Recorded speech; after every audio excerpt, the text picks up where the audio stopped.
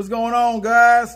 I'm back with another one, and I just watched a movie called Deadpool and Wolverine. It's finally here, and it's starring Hugh Jackman, Ryan Reynolds, and Emma Corrin. First of all, Deadpool movies have this track record for wasting characters, wasting completely perfect cameos. All right, for some reason, I'm not even going to get into. Oh, I'm going to get into it a little later on for part 3, but for now, we're focusing on part 1 and 2. It's like you take very important characters from the comic book and you throw them in the film, but then you do nothing with them. They are notoriously known for this, unfortunately. And I'm not even counting in part 2 where you had the funny part with X-Force. Not even talking about that even, because that was at least made into some comedy. I at least got a laugh out of that. These other ones, I wasn't even laughing. That was just completely disrespectful, and I hated that. And the first one I got to talk about is Marrow from part 1. Okay, it's the whole scene where you're seeing all these scientifically in a lab made as mutants being shown, and then they pan by Marrow's back real quick. Just her back, not her face. You don't know what she looks like from the front. You just see the bones in her back. And then that's it. Her character could have been done a lot better than that. Now, I don't have an issue with the original villain of part 1. He did a great job. Interesting. Okay? But you could have added Marrow in there as like a side villain or something. More people to fight. A more interesting mutant to fight. Either fight or she joins forces with you.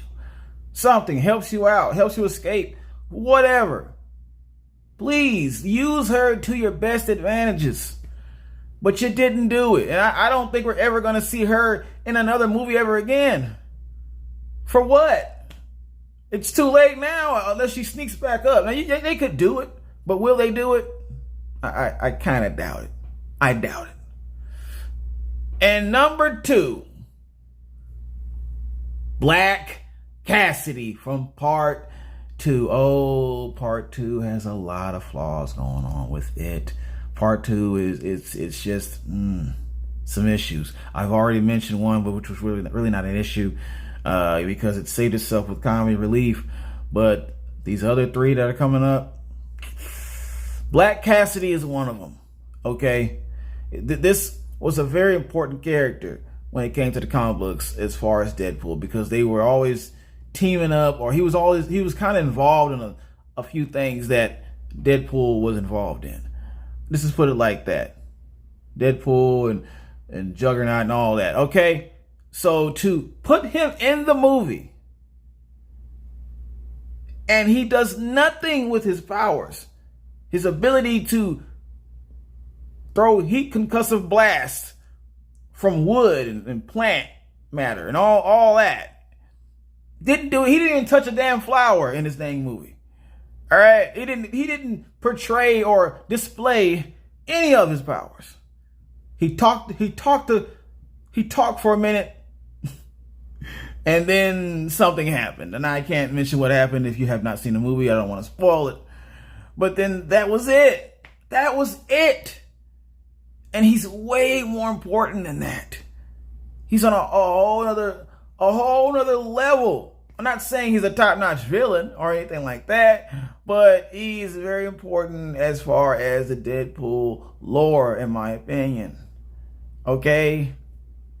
Why was he not used to the best of their abilities? I don't know. that was crap. That was crap.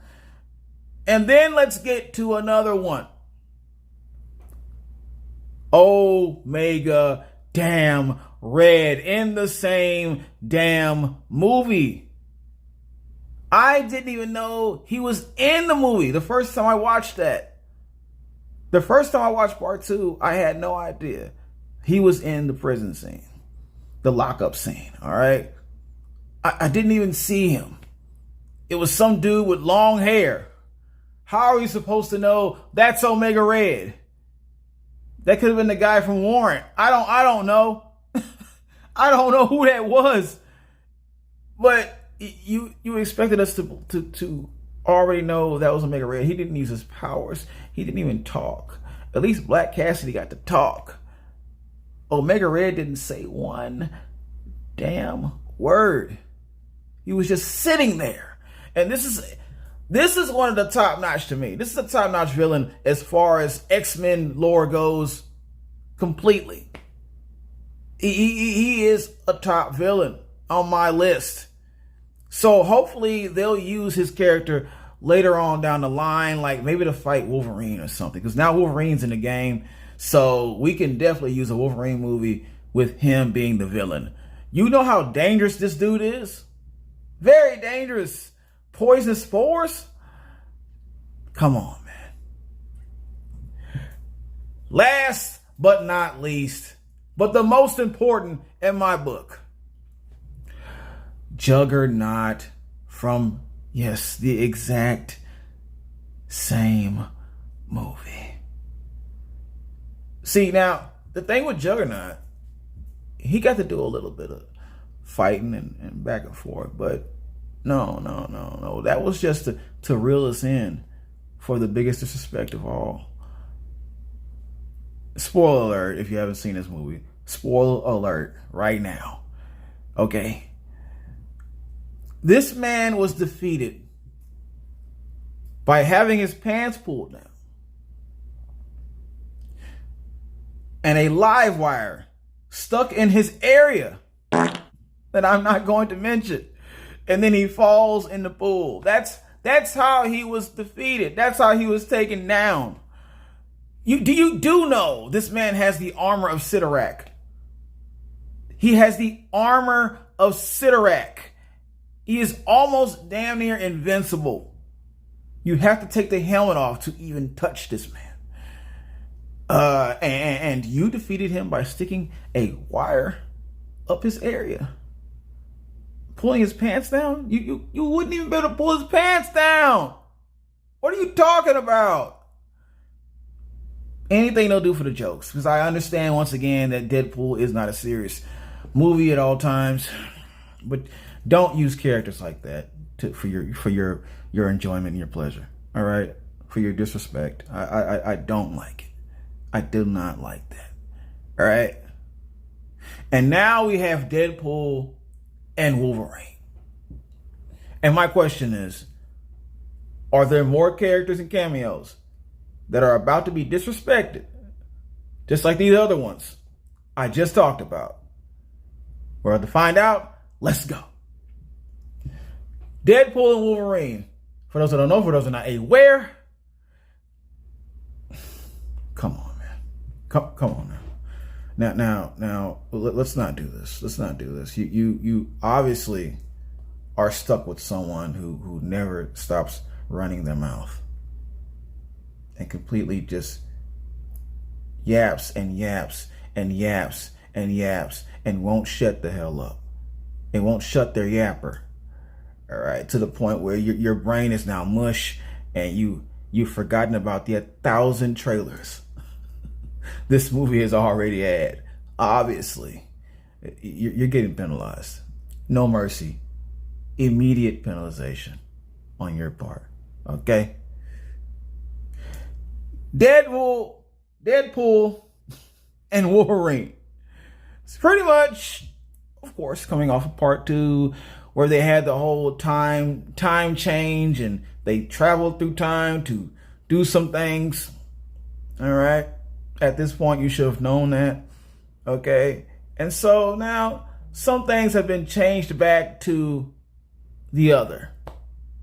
And Deadpool has some people back in his life that he didn't have for a little while. Let's just put it like that. But now he finds himself fighting with the Time Corps or whatever the hell they are from the Loki show. If you don't watch that, you just don't know what I'm talking about probably. But he's fighting them at the beginning of the movie, and he's trying to figure out what the hell is going on. And I think it's for the fact that his timeline is about to be erased. It's about to be erased, and he has to do something about it, because he's not just going to let all the few friends he has in his timeline be erased like that. So while he's playing around with that, he bumps into another form of Wolverine, not from his timeline, all right? This is another Wolverine who's done some bad things, in his opinion. Not what I think. Not the Wolverine I thought it was going to be. I wish it was that Wolverine, but it's not, unfortunately. But he's done some bad things in his timeline, and he needs to redeem himself. And so Deadpool felt it was necessary to team up with this Wolverine, because they both have something to fight for, and they're going to get their timeline back. They're going to redeem both of themselves for the sake of their own mental being. And in the process of all this, while they're getting this done and trying to fight back against the timeline, they bump into this nutcase, this bald-headed nutcase named Cassandra or Casanova or whatever the hell her name is, who is the sister of Xavier. And that storyline right there is insane. I will not go through it right now, maybe later on. And so they've quickly figured out that she is most definitely a threat to them, and it's not going to be so easy to defeat her. And so they're now wondering how are me and Wolverine going to defeat this crazy woman. And that's pretty much the premise of the movie. It's a little bit all over the place, I know, but that's just, that's how Deadpool movies go sometimes. Positives. This movie was hilariously entertaining. It didn't disappoint, I'll tell you that. Yes, part 2 was funny too, but this kept the funny going. Constantly going.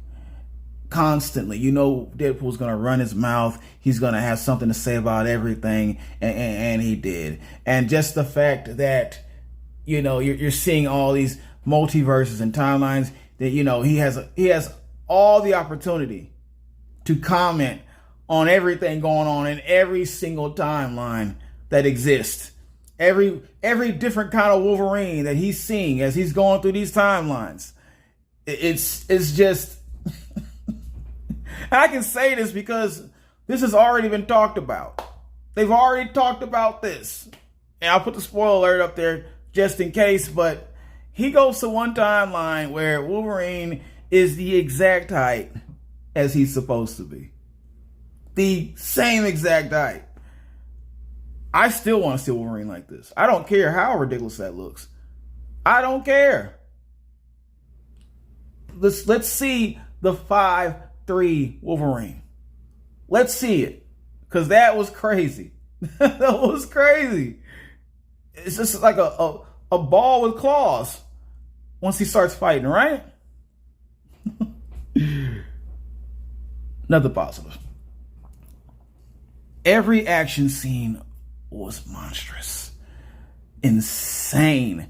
Every time they lifted up a weapon, every time Deadpool lifted his sword up, something was about to go down. Crazy stuff happened. Within the first scene, with also being funny and hilarious with the NSYNC music. Also, the fight scene was crazy. It was the way he did one of those guys with the sword. He just threw it and it flipped up and it got that dude so quick. So quick, without even thinking. Without one thought to his head, he did all of that. And it's just the interaction between Deadpool and Wolverine. Now, you know they're going to fight on their first meet. You know they're going to go up against each other. Y'all know that was coming. So when they did that, oh man, so much blood and pain and stabbing and just regret what they've done. They did things to each other that no one else could do to each other. You would most definitely need a healing factor to survive the crap they did to each other. And then there was something they did later on down the line that just further amplified their fighting chemistry. Okay, so that was awesome. And then it just every other fight scene after that, it didn't disappoint. It didn't disappoint for no let up. It was no letting up. There was no letting up on any of those fight scenes. All right, another positive. Cameos, for the most part, were accurate. There was some accurate cameos in here. Here's another spoil alert, because I'm not gonna hide this one down. I'm not holding this one down. Okay, Blade was in here. Blade's in this movie. All right, Blade, Elektra, Gambit's in this movie. That's all I'm gonna say. Gambit's in this movie, and I'm not saying any other people. All right, there is one cameo that you're gonna think it's one person when it's not. And still, the person it ends up being, you're gonna think two times that, okay, it's not that person, so it's gotta be this person. And then when you find out who it really is, when you find out who it really is, and it's kind of like a refreshing start over, because I haven't seen this person in such a long time. This character, nice. I think the cameos, for the most part, were done well. Okay. Last positive. Logan represented the audience. And what I mean by that, Logan spoke for us, because Deadpool just wouldn't shut the hell up. And I think this was the worst one. I know Deadpool always says a lot of stuff that just is annoying as hell, and you want him to be quiet and just stop talking and just please, could you just cut his head off or something. And Wolverine gave the best facial expressions ever throughout this entire movie of how we would react, how we would think, what we would do if we had to be teamed up with this idiot 24/7 every day, constantly running his mouth nonstop. What would you do? And then on the other hand, Wolverine's addition to this is perfect, because it's just I love the normal everyday guy type reaction to the nutcase. All right, that little dynamic was cool. Plus, I like the fact that later on in this movie, Wolverine gets a full blown, adaptation of his suit, how it's supposed to go down. I liked it. There's a lot of word about people who did not like that. I liked it. I accepted that. I had no problem, no issue with that. All right. Negatives. I didn't like the choices for Logan down the road. What I mean by this, there were a lot of variants of Wolverine, right? So at one part, there was one person that they were hinting at. And I've already heard some word of this person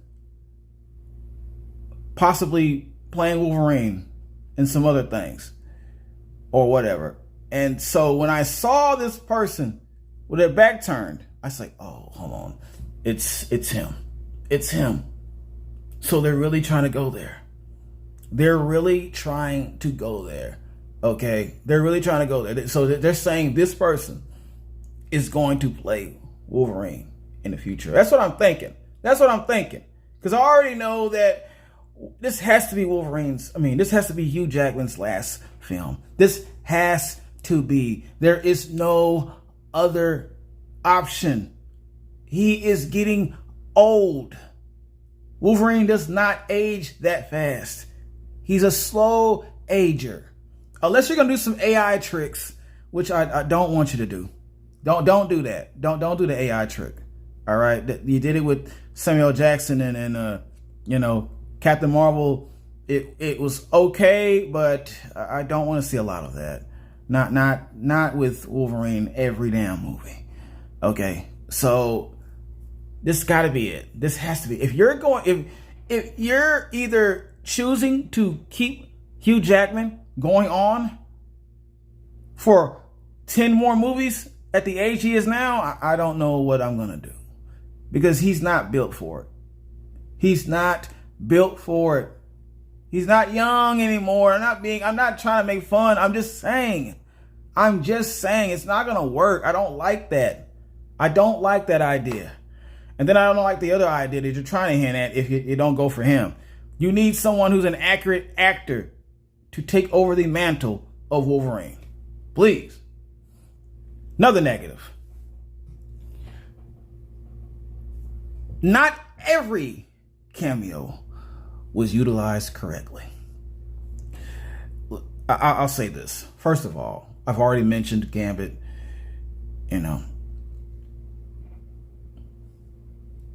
So, Gambit's personality was not accurate at all. Gambit, that's not how Gambit acts. Gambit's not a funny person. Charming with the ladies and smooth, suave, sneaky, yeah. A thief, yeah. Funny? No, not funny at all.